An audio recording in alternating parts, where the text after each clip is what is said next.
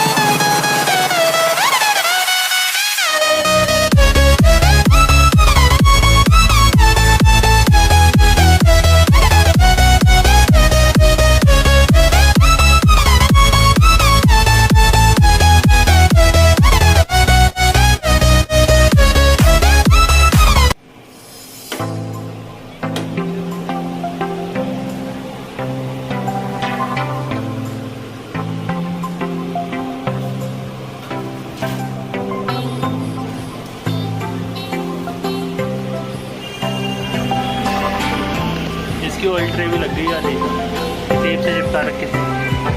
ऐसे लॉक होता है, लॉक लग गया।